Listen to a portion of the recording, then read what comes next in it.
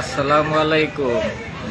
সম্মানিত আমাদের ববি হাজরাত এমপি সাহেব, নিজেকে সামলায় আপনি কার সাথে যুদ্ধ করতে চান সেটা জেনে বুঝে করবেন। সারা জীবন তো করছেন আওয়ামী লীগের দালালি, এখন আসছেন, সর্বশেষ আসছেন আওয়ামী বিরোধী আন্দোলনে। আপনি মাওলানা মুমিনুল হকের বিরুদ্ধে মামলা করতে চান, কত বড় বেয়াদব আপনি।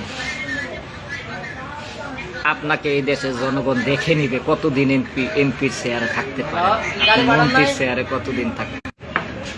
বাংলাদেশের হেফাজতে ইসলাম করা মাওলানা মামুনুল হক, যিনি আমাদের অভিভাবক, তাকে আওয়ামী লীগ সরকার বছরকে বছর জেলখানায় রেখেছে। এখন তার বিরুদ্ধে আবার ষড়যন্ত্র চলছে। আপনারা হেফাজতে ইসলামকে আবার খেপিয়ে তুলতে চান। তারা যদি হেফাজতে ইসলাম হাল না ধরতো, এই হাসিনা সরকারের পতন হতো না। আর আপনি হয়েছেন ভোট ডাকাতি করে। আপনাকে কে চিনে, কে ভোট দিয়েছে? ববি হাজরাত সাহেবকে। আপনি ব্যারিস্টার মানুষ, তাতে কিছু আসে যায় না। জনগণের পিটানি খাইলে ভারত কেন পাকিস্তানও পালানোর জায়গা পাইবেন না। মামলাবাজি কম করবেন, মামলাবাজি থেকে দূরে থাকবেন। অবস্থা ভয়াবহ হয়ে যাবে। সাধারণ মানুষ আপনার উপর ক্ষেপে আছে। একটু সাবধানতা অবলম্বন। মানুষ যদি একবার খেপা গণভ্যুত্থান ঘটায়, কোনো আদালত আপনাকে রক্ষা করতে পারবে না। আর আমরা কাউকে গালাগালি করব না, সম্মানের সহিত আপনাকে বলি, আপনার শুভবুদ্ধির উদয় হোক। মামুনুল হকের বিরুদ্ধে মামলা দেওয়াটা মানে বুঝেন? অল বাংলাদেশ খেপায় তোলা। কারণ ভোট ডাকাতি করে আসছেন ক্ষমতায়, আওয়ামী লীগের নীতি অনুসরণ কইরা। আমার আজকে অবস্থা নাই ভাই। হ্যাঁ করম, আমি তো একটু শারীরিকভাবে আমার আপনার ট্রিটমেন্ট করতে গিয়ে আজকে রোজা রাখতে পারি না। পঞ্চগড় থেকে কথা বলেন, জরুরি একটা মিটিং। মাওলানা মামুনুল হক, মাওলানা মামুনুল হক ছিল এই দেশের হেফাজত ইসলাম। তিনি এখন হেফাজত ইসলাম করেন না, একটা দলের চেয়ারম্যান। তিনি এমপি মন্ত্রী হইতে গেছেন ভোট কেন্দ্রে, তাতেও আমাদের কোনো দুঃখ নাই। কিন্তু আলেম ওলামাদের বিরুদ্ধে যদি কোনো ষড়যন্ত্র এই দেশে করেন, আপনি জামাত ইসলামের বিরুদ্ধে ষড়যন্ত্র করেন, তাতেও আমাদের কোনো দুঃখ নাই। তো সাধারণ আলেম ওলামার বিরুদ্ধে যদি উল্টা পাল্টা কাম কাজ করে, এই দেশে জনগণ আবার খেপা যাবে। আপনি আমার বড় ভাই, আপনাকে দেখতাম প্রেস ক্লাবের কোন একাঞ্চিতে ঢুকতে।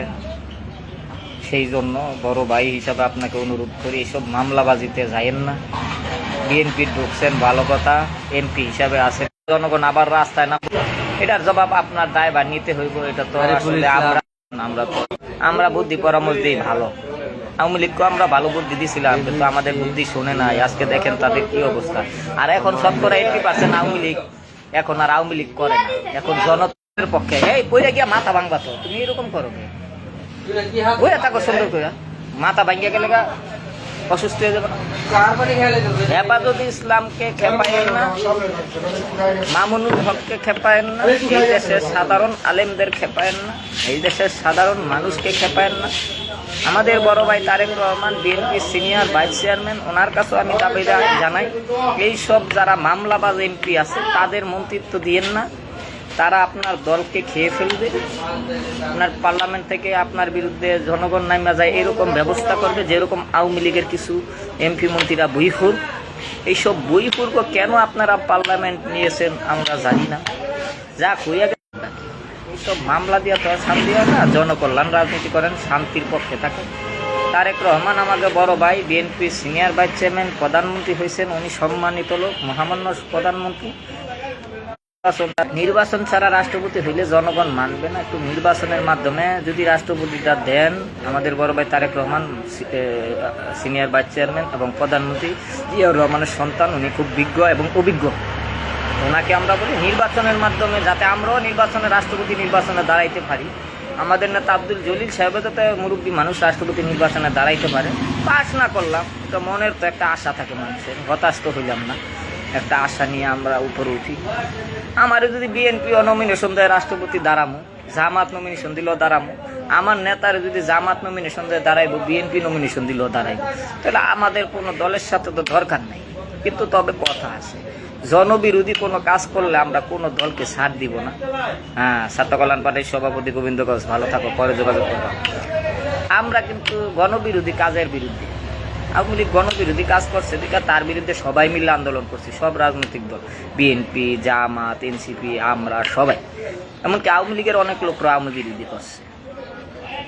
এখন এই জন্য আমরা চাই না যে দেশে একটা অশান্তি হোক, এই মামলাবাজির রাজনীতি যাতে বন্ধ হোক, এগুলো হবে না। এগুলো করলে মানুষের ক্ষতিগ্রস্ত হয়। হরতাল দেওয়া যাবে না, অবরোধ দেওয়া যাবে না। গণঅভ্যুত্থান করেন, কিন্তু হরতাল অবরোধ দিয়া রাস্তাঘাট বন্ধ করা যাবে না। সবাই ভালো থাকবেন।